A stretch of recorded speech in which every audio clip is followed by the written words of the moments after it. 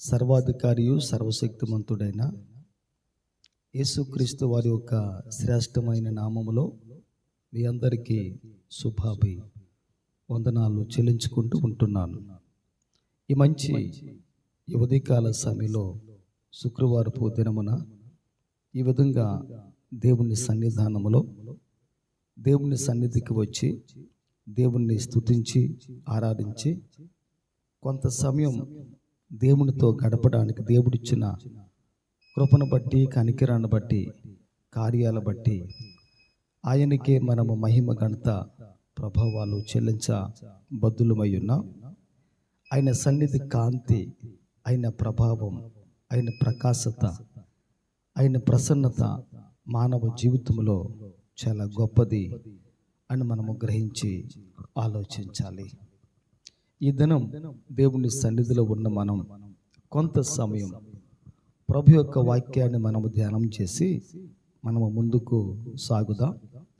పరిశుద్ధాత్మ దేవుడే మన జీవితంలో ఆయన బోధకునిగా ఉండి బోధించి ఈ శుక్రవారపు దినమున మన జీవితాల్లో దేవుడు గొప్ప కార్యాన్ని చేసే విధంగా మనం దేవుని సన్నిధిలో జ్ఞాపకం చేసుకొని ముందుకు సాగుదాం. ఈ ప్రపంచంలో అనేక మంది మంచివారు, అదేవిధంగా అనేక మంది చెడ్డవారు. అనగా అర్థం ఏంటంటే, లోకములో మంచివారు ఉన్నారు, లోకములో చెడ్డవారు కూడా ఉన్నారు. ఈ చెడ్డవారి మీద, ఈ మంచివారి మీద కూడా దేవుని నీతి, దేవుని యొక్క కనికరం, దేవుని ప్రేమ, దేవుడి యథాప్రకారంగా చూపిస్తూనే ఉంటున్నాడు. దేవుని కనికరం ఎల్లప్పుడూ కూడా అద్భుతాలు చేసే కనికరం, ఆశ్చర్య కార్యాలు చేసే కనికరం. అందుకని వాక్యం అంటున్న మాట ఏంటంటే, దేవుడు వర్షించే ఆ వర్షం, దేవుడు మనుషునికి ఇచ్చిన ఆ వర్షాధారం, ఆ వర్షం నీతిమంతుని మీద, అనీతిమంతుని మీద కూడా అది కృమ్మరించబడుతుంది, కురుస్తూ ఉంది అని అంటాడు.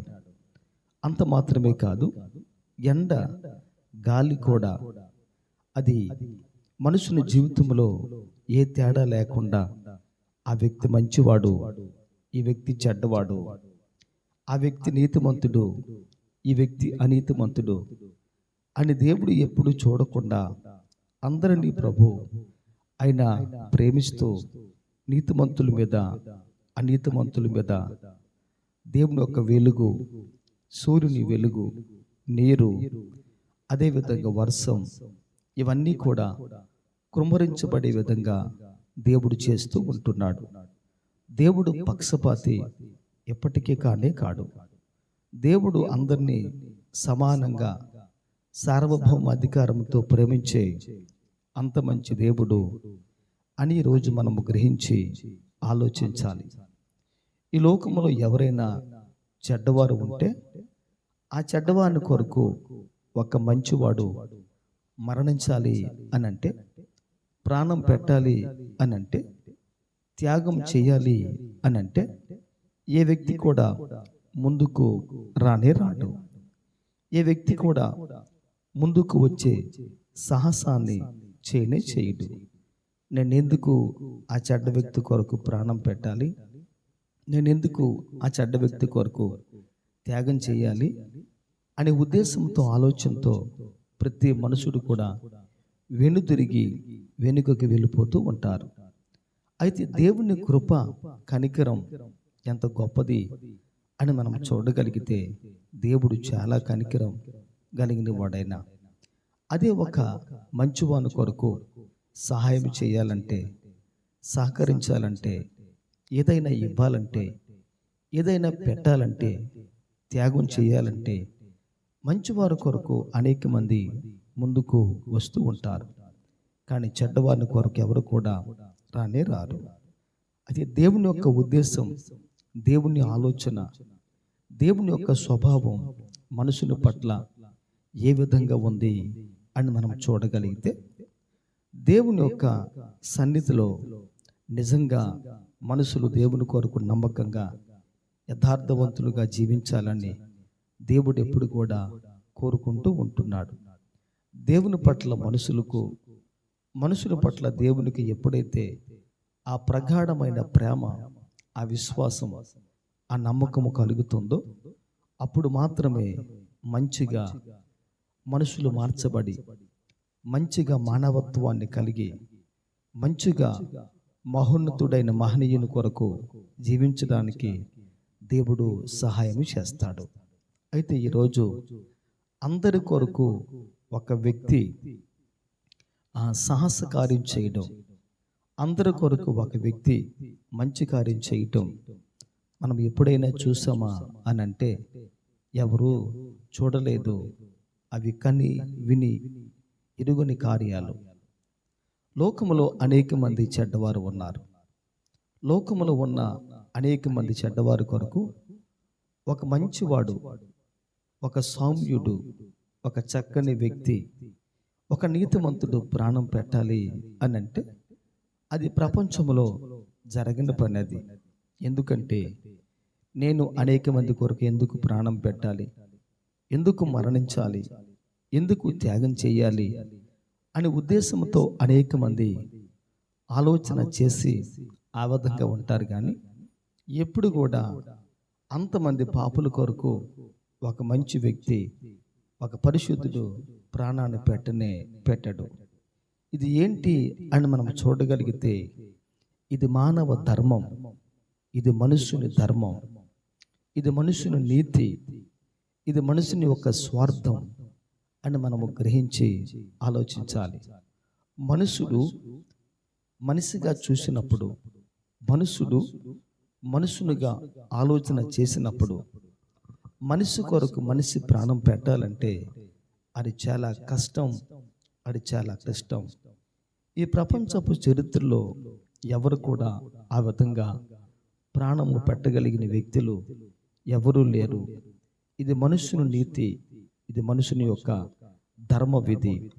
అయితే ఈరోజు బైబిల్ గ్రంథములో మనము వాక్యాన్ని చూడగలిగితే రోమా పత్రికలో కొన్ని సంఘటనలు, కొన్ని విషయాలు, కొన్ని కార్యాలు రోమా పత్రికలో అపోస్తలుడైన పౌలు గారు రోమా సంఘముతో మాట్లాడుతూ అనేక మంది కొరకు ఒక్క వ్యక్తి చేసిన త్యాగం, అనేక మంది ప్రజల కొరకు ఒక్క మనుషుడు చేసిన త్యాగాన్ని గురించి ఆయన రోమా పత్రికలో ఎన్నెన్నో విషయాలు ఆయన మాట్లాడుకుంటూ వస్తాడు.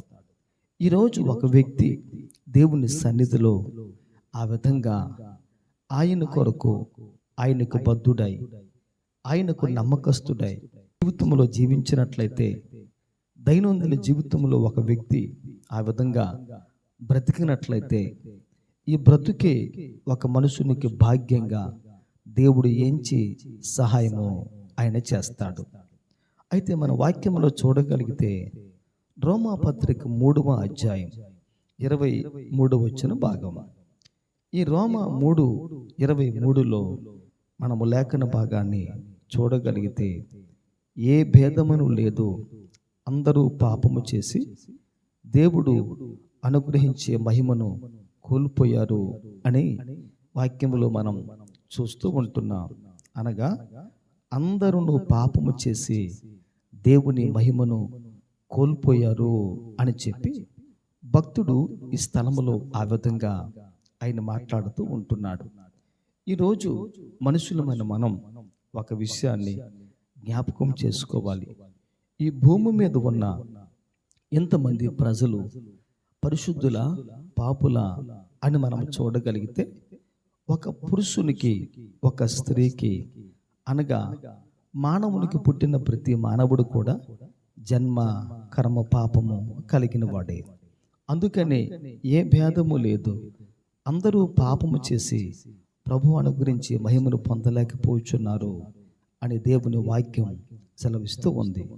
అందరూ కూడా పాపము చేసి, అందరూ కూడా పాపులైపోయి దేవుని మహిమను పాపిగా మార్చబడే ఈ మనుషుడు దేవుని దగ్గర పొందలేకపోతున్నాడు అని వాక్యం ఆ విధంగా సెలవిస్తూ ఉంది.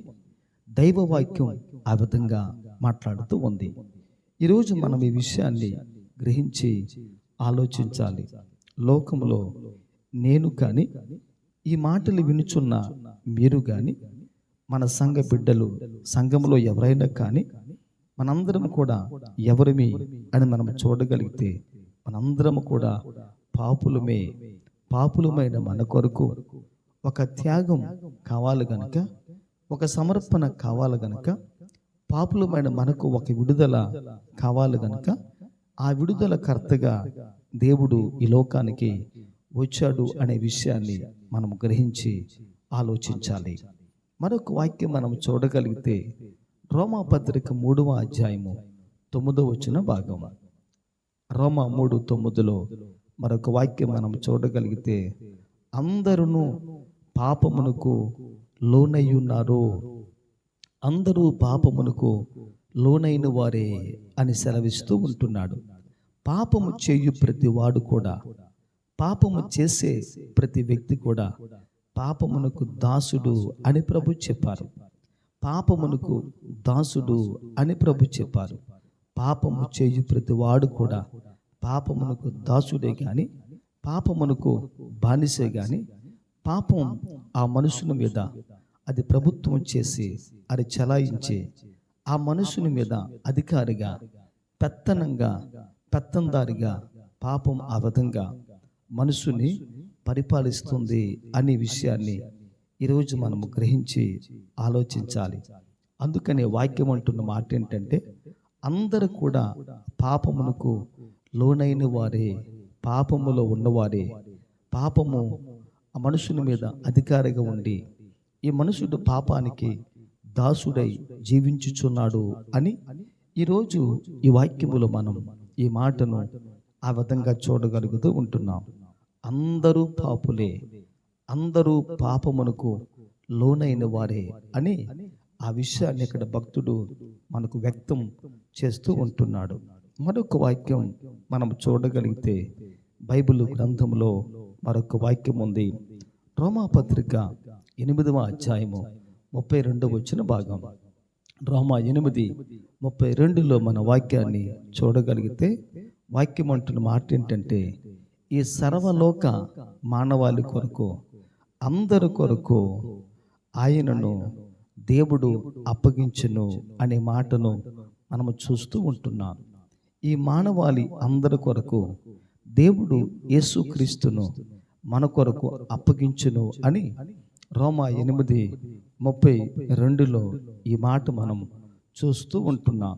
పాపమునకు లోనైన వారి కొరకు, పాపము చేసే ప్రతి వ్యక్తి కొరకు కూడా, పాపములో జీవిస్తున్న వారి కొరకు, పాపము చేయుచున్న వారి కొరకు, పాపానికి బానిసగా బ్రతుకుచున్న ఈ మానవ జీవితంలో దేవుడు ఏం చేస్తున్నాడు అని మనం చూడగలిగితే, అందరి కొరకు ఆయనను దేవుడు ఈ లోకానికి మన కొరకు అప్పగించారు అని దేవుని వాక్యములో మనము చూడగలుగుతూ ఉంటున్నాం. అనగా అందరి కొరకు ఒక వ్యక్తి అప్పగించబడ్డాడు. అందరి కొరకు ఒక వ్యక్తి మానవ లోకానికి రాగలిగాడు. అందరి కొరకు ఒక వ్యక్తి పరలోకాన్ని విడిచిపెట్టి భూలోకానికి రాగలిగాడు. అందరి కొరకు ఒక వ్యక్తి ఈ లోకములో దేవుడై ఉండి మనుషులుగా జీవించాడు. అందరి కొరకు ఒక వ్యక్తి ఈ లోకములో మానవత్వాన్ని కలిగి, దైవత్వములో మానవత్వాన్ని కలిగి ఒక వ్యక్తి ఈ లోకములో జీవించాడు. అనగా దైవ మానవుడే ఈ లోకానికి అందరి కొరకు ఒక్క వ్యక్తిగా ఆయన వచ్చారు అని ఈరోజు బైబిల్ గ్రంథములో ఈ మాట మనం చూడగలుగుతూ ఉంటున్నాం. మనం చూడగలిగితే రోమా 3:22లో వాక్యం మరొక మాట మాట్లాడుతూ ఉంది. రోమా 3:22లో వాక్యం అంటున్న మాట ఏంటంటే, నమ్ము ప్రతి వారికి కూడా ఆయన దేవుని నీతి అయి ఉన్నాడు అని వాక్యములో మనము చూడగలుగుతూ ఉంటున్నాం. నమ్ము ప్రతి వానికి దేవుడు నీతి అయి ఉన్నాడు అనే మాటను ఇక్కడ చూస్తూ ఉంటున్నాం. అనగా దేవుడు ఎవరు అని మనం చూడగలిగితే, దేవుడు నీతిమంతుడు, దేవుడు పరిశుద్ధుడు, దేవుడు పవిత్రుడు, ఆయన పాపులలో చేరక ప్రత్యేకించబడిన వాడిగా ఉన్న దేవుడిగా, మహనీయుడిగా ఆయన ఉన్నాడు అని ఈరోజు మనము గమనించి ఆలోచించాలి. నమ్ము ప్రతి వానికి క్రీస్తు నీతి అయి ఉన్నాడు అంటే అర్థం ఏంటంటే, ఒక వ్యక్తి పాపములో జీవించినట్లయితే అందరూ పాపము చేసి దేవుని మహిమను పోగొట్టుకున్న వారిగా ఉంటే, అందరూ పాపమునకు లోనై ఉన్నవారిగా ఉంటే, అందరి కొరకు ఒక వ్యక్తి ఈ లోకానికి వచ్చాడు కనుక నమ్ము ప్రతి వారికి అందరికీ కూడా ఆయన నీతిగా ఉండడానికి ఈ లోకానికి వచ్చారు అని దేవుని వాక్యం ఆ విధంగా సెలవిస్తూ ఉంది. అనగా దేవుడు నీతి అయి ఉన్నాడు, దేవుడు నీతి.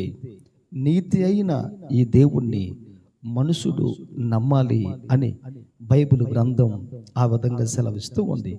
నీతికి ఉన్న గొప్పతనం ఏంటి, నీతికి ఉన్న ప్రత్యేకత ఏంటి అని మనం చూడగలిగితే వాక్యములో చాలా మాటలు మనకి బైబిల్లో కనిపిస్తూ ఉన్నాయి.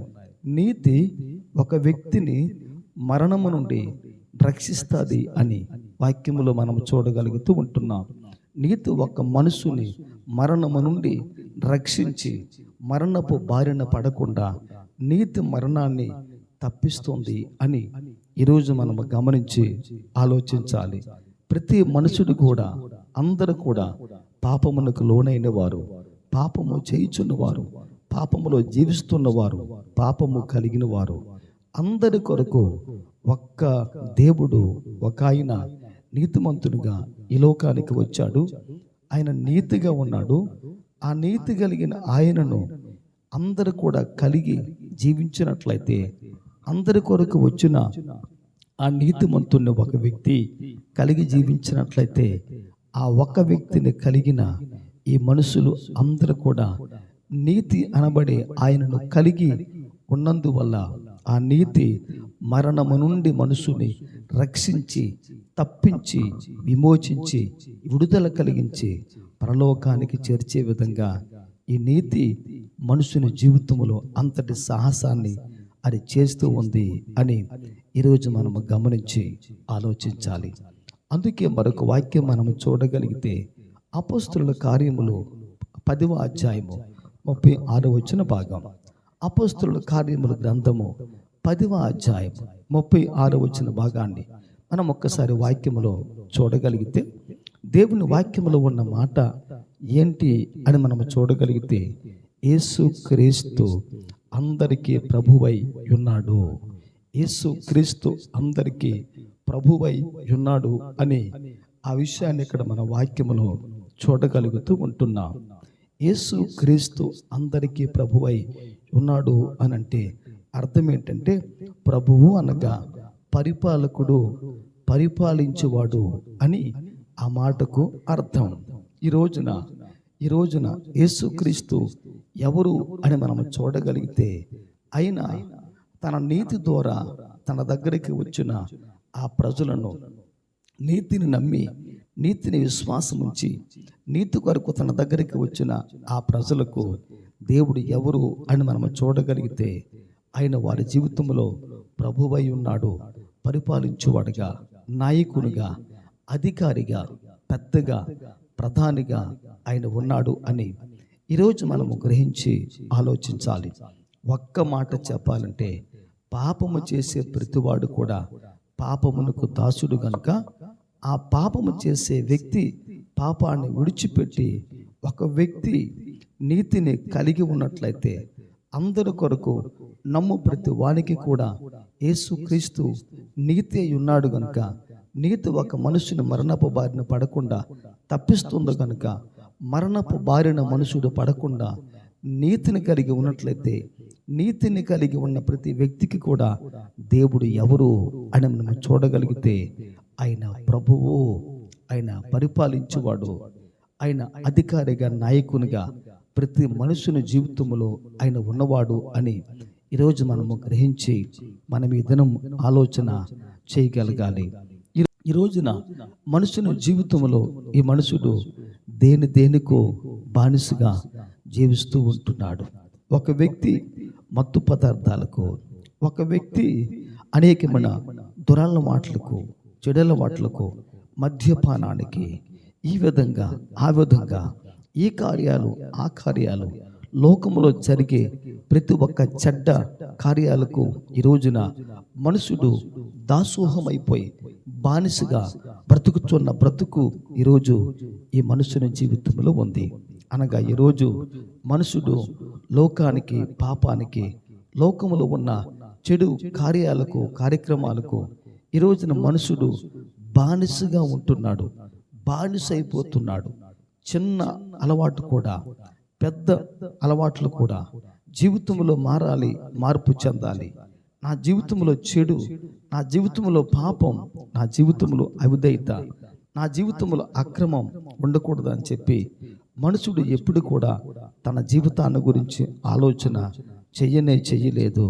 అనగా అర్థం ఏంటంటే ఈ రోజున ఈ మనుషుని జీవితంలో ఈ మనుషుడు దేవుని కొరకు దేనికి కూడా బానిసగా లేకుండా ఒక్క దైవానికి మాత్రమే, దేవునికి మాత్రమే, దైవత్వానికి మాత్రమే ఈరోజు ఈ మనుషుడు బానిసగా ఉంటే, దేవునికి మాత్రమే దాసునిగా ఉంటే, దేవునికి దాసునిగా ఉన్న వారి జీవితంలో దేవుడు ప్రభువుగా, నాయకునిగా, అధికారిగా ఉంటాడు.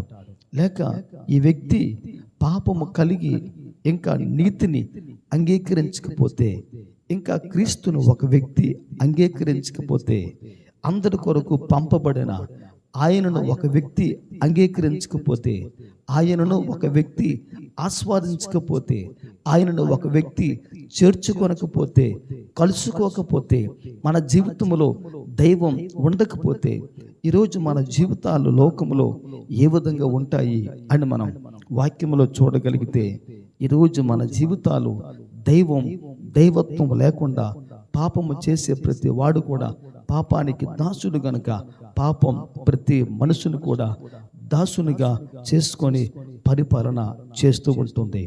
అందుకని అపొస్తలుల కార్యములు 10:36లో మన వాక్యాన్ని చూడగలిగితే, యేసు క్రీస్తు అందరికీ ప్రభువు, నీ జీవితంలో నీ ప్రభువు, నీ రక్షకుడు, నీ విమోచకుడు, నీ యేసయ్య, నీ దేవుడు, నీ కొరకు రక్తమిచ్చి ప్రాణమిచ్చి నిన్ను కొనుక్కొని ఎన్నుకొని ఏర్పాటు చేసుకున్న నీ దేవుడు నీ జీవితంలో ఆయన అధికారిగా ఉంటే, ఆయన నాయకునిగా ఉంటే, నీ జీవితము దేవుని కొరకు ఆశీర్వాదకరంగా ముందుకు వెళ్ళడానికి పరిశుద్ధాత్మ దేవుడు తప్పనిసరిగా ఆయన సహాయం చేస్తాడు అని ఈరోజు మనము గమనించి ఆలోచించాలి. అందుకని దేవుని కృప, కనికరం మనము దేవుని ద్వారా పొందుకోవాలి. అందుకని మరొక వాక్యాన్ని మనము చూడగలిగితే రోమా 10:12లో మరొక వాక్యం ఉంది. ఆ మాట ఏంటంటే, అందరికీ కృపచూపు ఐశ్వర్యవంతుడై ఉన్నాడు అని వాక్యములో మనం చూస్తున్నాం. ఈ యేసుక్రీస్తు ప్రభుల వారు అందరికీ కృపచూపుటకు ఐశ్వర్యవంతుడై ఉన్నాడు అని దేవుని వాక్యములో మనం చూడగలుగుతూ ఉంటున్నాం. అనగా తన యొద్దకు వచ్చిన వారికి కృప అనే ఐశ్వర్యాన్ని ప్రతి వానికి కూడా ఇవ్వగలిగే దేవుడిగా ఆయన ఉన్నాడు అని ఈరోజు దేవుని వాక్యం ఆ విధంగా సెలవిస్తూ ఉంది. తన యొద్దకు వచ్చిన ప్రతి మనుషునికి కూడా దేవుడు ఏమి ఇవ్వాలి అనుకుంటున్నాడు అని మనం చూడగలిగితే, అని ఏదో ఒక ఈవి, ఏదో ఒక దీవెన, ఏదో ఒక ఆశీర్వాదం, ఏదో ఒక కృప, ఏదో ఒక కనికరం దేవుడు సహాయం చేయాలి అని చూస్తున్నాడు అని ఈరోజు మనం గమనించి ఆలోచించాలి. ఎవరికి అని మనం చూడగలిగితే, తన యొద్దకు వచ్చు వారికి కృప అనే ఐశ్వర్యాన్ని దేవుడు ఇవ్వాలి అని చూస్తున్నాడు అని ఈరోజు దైవ వాక్యములో ఈ మాట మనం ఆ విధంగా చూడగలుగుతూ ఉంటున్నాం. నేను మరలా చెబుతున్నాను, అనేక మంది మంచివారు ఒక చెడ్డవాని కొరకు ప్రాణము పెట్టుట అసాధ్యం. కానీ ఒక మంచివాని కొరకు అనేక మంది ముందుకు రావడానికి అది సహజమే. కానీ వాక్యం అంటున్న మాట ఏంటంటే, అనేక మంది పాపుల కొరకు, అనేక మంది అనీతిమంతుల కొరకు, అనేక మంది పాపానికి, లోకానికి బానిసై జీవిస్తున్న మనుషుల కొరకు, మానవాళి కొరకు, అనేక మంది చెడ్డవారి కొరకు అనేక మంది చెడ్డవారి కొరకు ఒక మంచివాడు ఈ లోకానికి వచ్చి రక్తము కార్చి ప్రాణం పెట్టి మనుషుని ప్రేమించి మనుషుని కొరకు త్యాగం చేశాడు.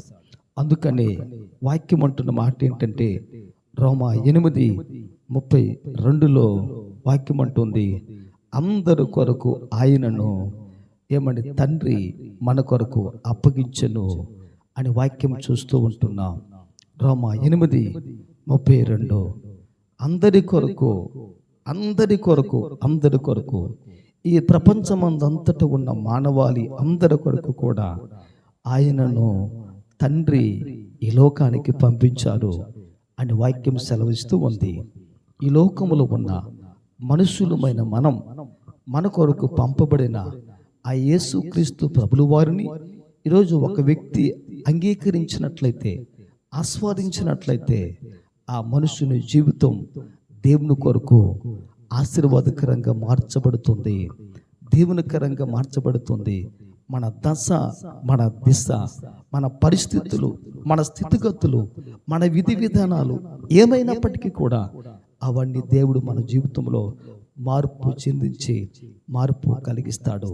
ఈ ఉదయకాల సమయంలో దేవుని ద్వారా ఇటు కృప మనము దేవుని ద్వారా పొందుకొని మనం ముందుకు సాగిపోతాం. అందరి కొరకు ఒక ఆయన త్యాగం చేశాడు, అందరి కొరకు ఒక ఆయన ప్రాణత్యాగం చేశాడు.